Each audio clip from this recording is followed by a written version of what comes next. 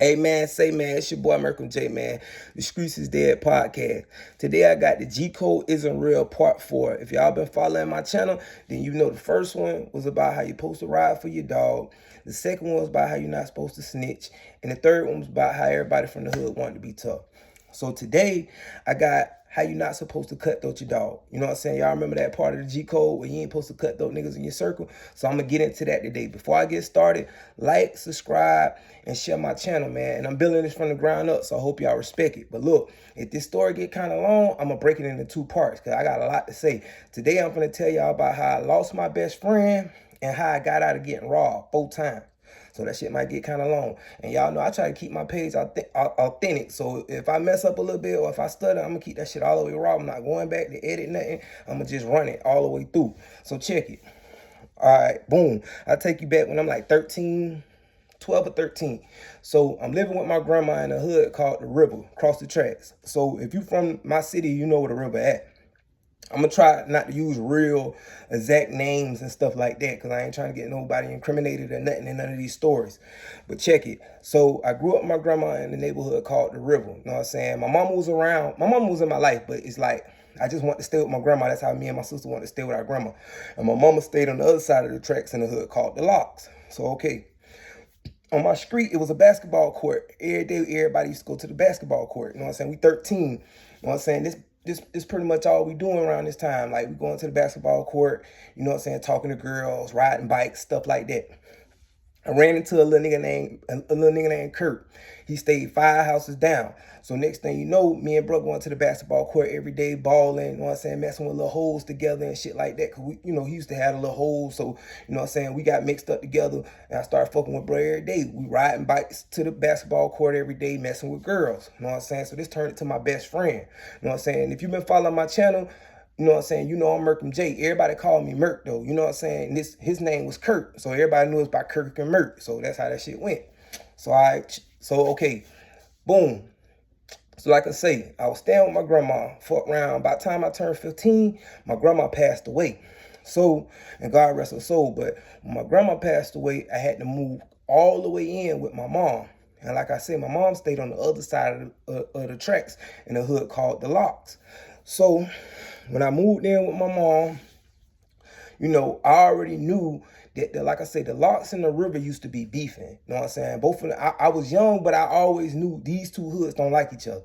So I ain't know how that shit was gonna go when I moved over there. So boom, I moved over there, you know, coming outside, them niggas embraced me over there. You know what I'm saying? Everybody knew I was from the River, but they still embraced me, you know what I'm saying? Whatever.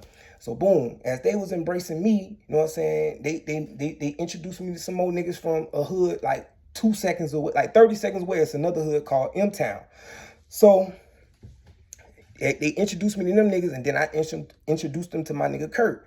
Now, mind you, everybody was fucking with Kurt, you know what I'm saying? But I started peeping, they only fucking with him because of me. Because, you know, niggas pulled me to the side like, hey, bro, Merk, you straight, bro, but that nigga Kurt kind of green. You know what I'm saying? I don't think that nigga gonna ride if it come down to it. You know what I'm saying? Because, like, by the time we got to the Locks, we started, fuck all that basketball court shit. We started getting into other shit, smoking weed, you know, little bad little shit. So whatever.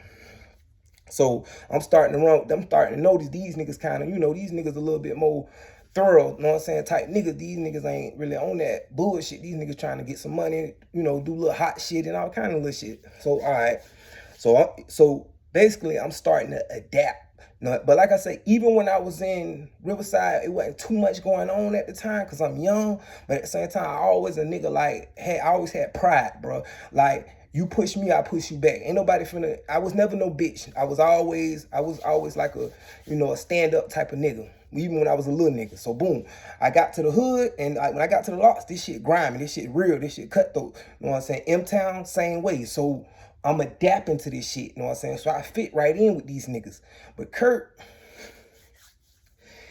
everybody was fucking with him off the strength of me. And like I say, bro used to have like little holes and shit like that. So, you know, so they used to let bro slide. But, you know, as time go by, I started noticing more and more it's off of my face. So let me get into the stories of how we got robbed. How we almost got robbed. So fuck round, boom. Kurt called me one morning. He said he hit a little lick. The little nigga used to be sneaky. He used to stay getting, he started hitting little licks by himself. You know what I'm saying? Breaking in little houses around his mama house and shit. So boom, he say, boy, I got some little weed. So boom, he pull up to my house. The nigga had like a little bit of weed, like maybe like, it was probably like an ounce. But to us back then, shit, that's a whole lot of weed. So fuck it. I'm like, shit, let's go get some weed. When he got us some little baggies, you know how that shit go. When you first start trying to hustle, you know, you like, all right, cool. Went to the store, got us a little scale. Little cheap ass scale, got the little baggies. You know, we felt like we hustling. I had like a quarter. He took the rest of the shit, bagged it up. All right, cool. Now we finna move our little sack. You know what I'm saying? So boom, we hit the script. All right. So we walking through the hood that day. A truck pull up on us. It's like an expedition, all black. Windows drop. It's like 9 niggas in one truck, bro. So I'm like, what that is? Nigga, look in the car. It's some niggas from the river. Now, mind you, I told you, we in the locks. These niggas from the river, so I'm like, what the fuck these niggas doing around here? You know what I'm saying? Because they from my side of the track, from where I came from, but I'm like, they older niggas, these niggas on some, you know what I'm saying? These niggas on some different type time, but at the same time, like, what the fuck they doing over here? Some nigga like, what's happening? You know what I'm saying? We talk to the nigga, woo. Kurt, he being all friendly and shit. Yeah, boy, I got some weed, y'all boys, you know what I'm saying? I got the weed for the low, da-da-da-da, talking and whatever.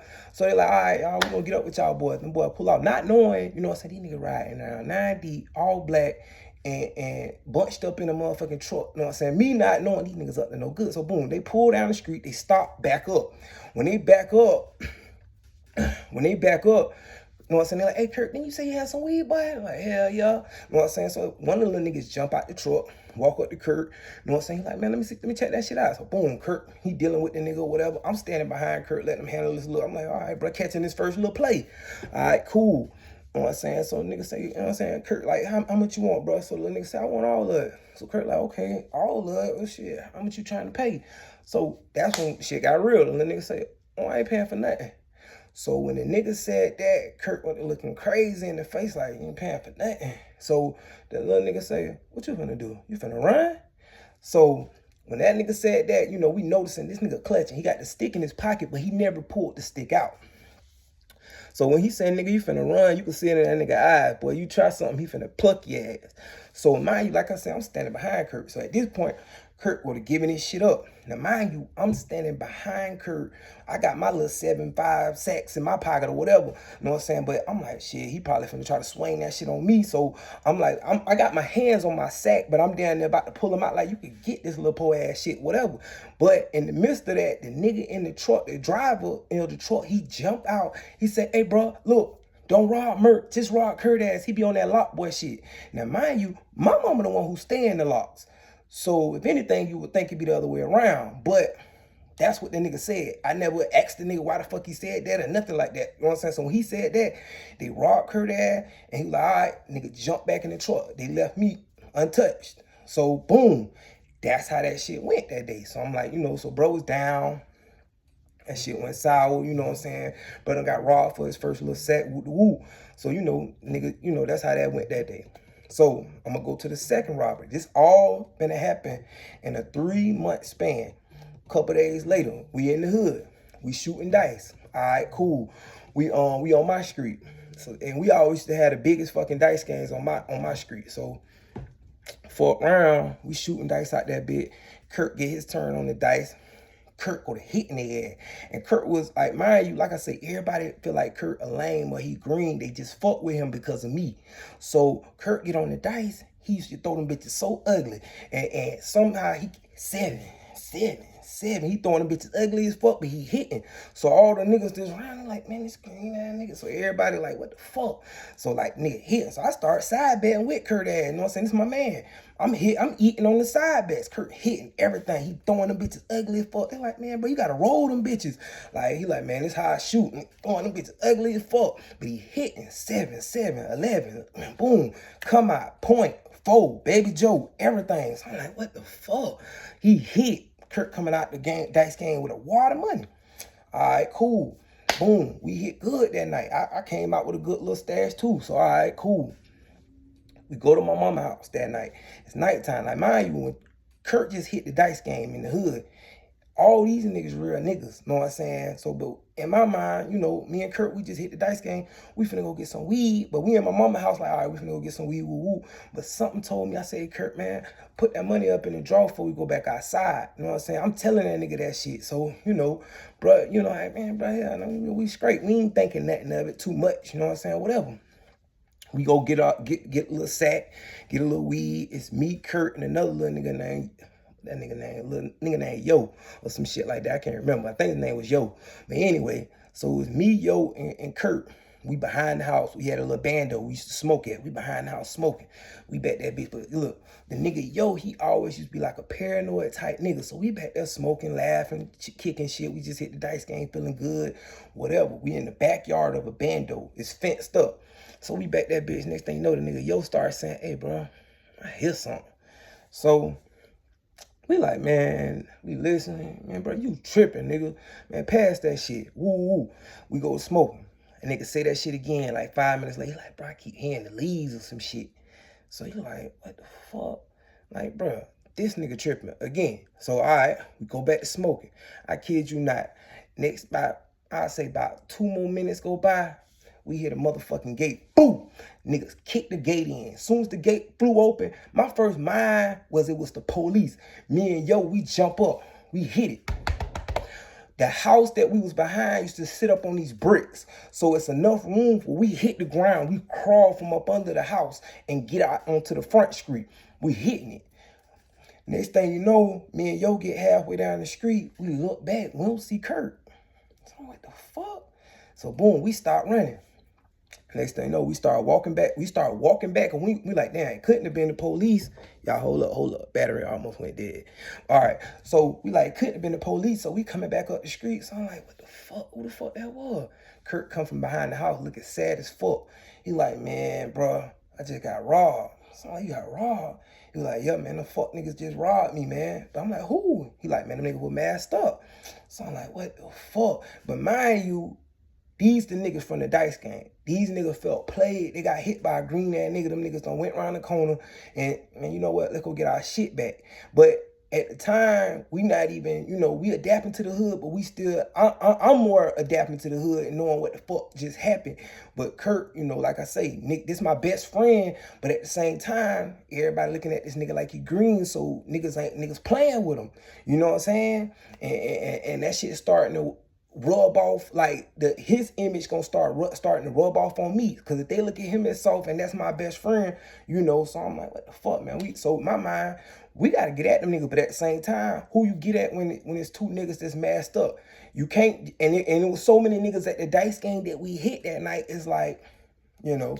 So that's how that went. Now mind you, first robbery I got out of, second robbery I got out of, but I bucked the jack on that second one. But all right, but listen, I'm gonna break this story out. This the first part of the story. I'm gonna do part 2 either later on tonight or early in the morning. Like I said, I'm a working man. I had to get my ass to work. But look, I'm gonna finish this story up by the night or early in the morning, y'all. Cause I gotta tell y'all the other part. Cause I said it was 4 robbers. Them just the first 2. But like I say, I came out of both of them unscathed. And I'm going to break down how I lost my best friend in the other part of the story. All right, y'all tune back in with me.